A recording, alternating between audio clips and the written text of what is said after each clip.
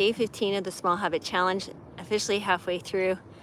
So those of you who are new, my name is Dr. Lori Marbas. I'm a board-certified family and medicine and lifestyle medicine doctor who I'm really working on helping people understand there's lots of knowledge on what we should be doing, although granted, there is some confusion for some people, especially around diet, but that's a whole nother story. But it's really about habits, right? Regardless of what you choose to bring into your life, what you consider good and towards your values, you're not gonna be able to sustain it without good understanding of habits, the structure, how to make and break habits, how to heal those habits that are unhelpful for you, and really create healing habits. And that's why I'm starting a movement called Habit Healer movement, right?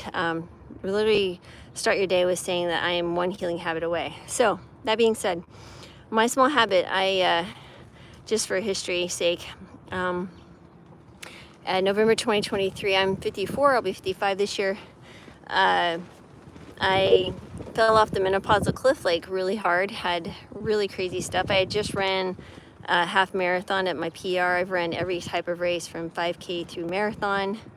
And 2 weeks later, I thought I was 100 years old. It would hurt just to sit, stand up. I'd never had that in my entire life. Crazy stuff started happening. Anyway, I chose to embrace menopausal hormone therapy.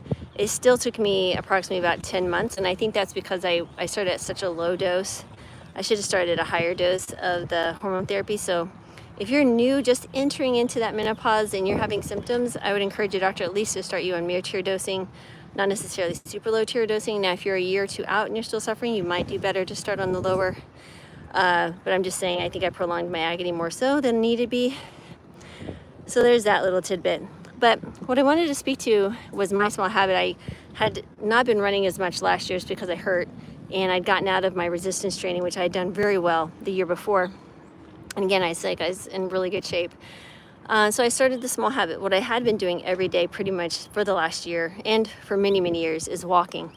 And walking 4.5, 5 miles a day. And I'm talking decades of walking. And so this was a habit ingrained in me. We're traveling full time in the RV. I do it anywhere. It doesn't matter where we are, rain or shine, I will do that.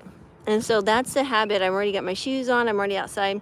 I wanted to attach resistance training and my running again. So how I chose to do it was 3 days of a resistance training, which is a full body movement utilizing a 25-pound weight that I have carrying with us.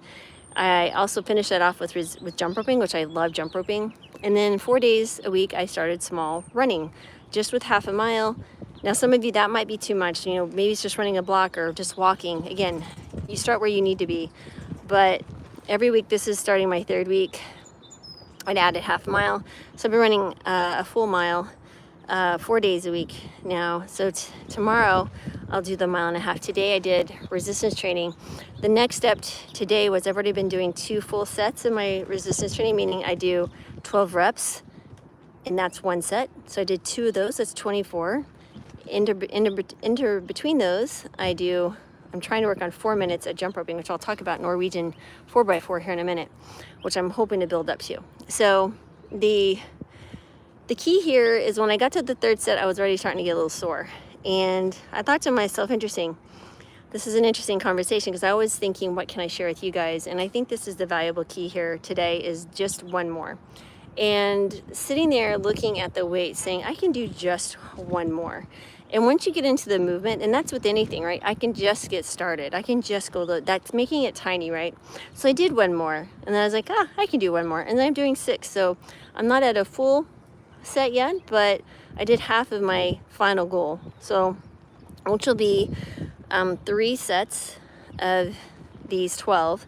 And as that gets easy, meaning I can do it and not feel tired or fatigued, I'll have to figure out some other way to add more weight or some kind of resistance. Maybe I'll use a band with it. I don't know yet, but that'll come.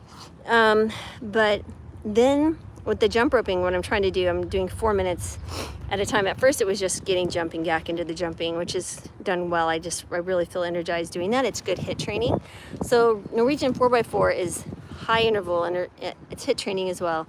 When you're hitting that 90 to 95% to your heart rate for your age. So mine's around, I think 160s, 150 to 158, somewhere in there.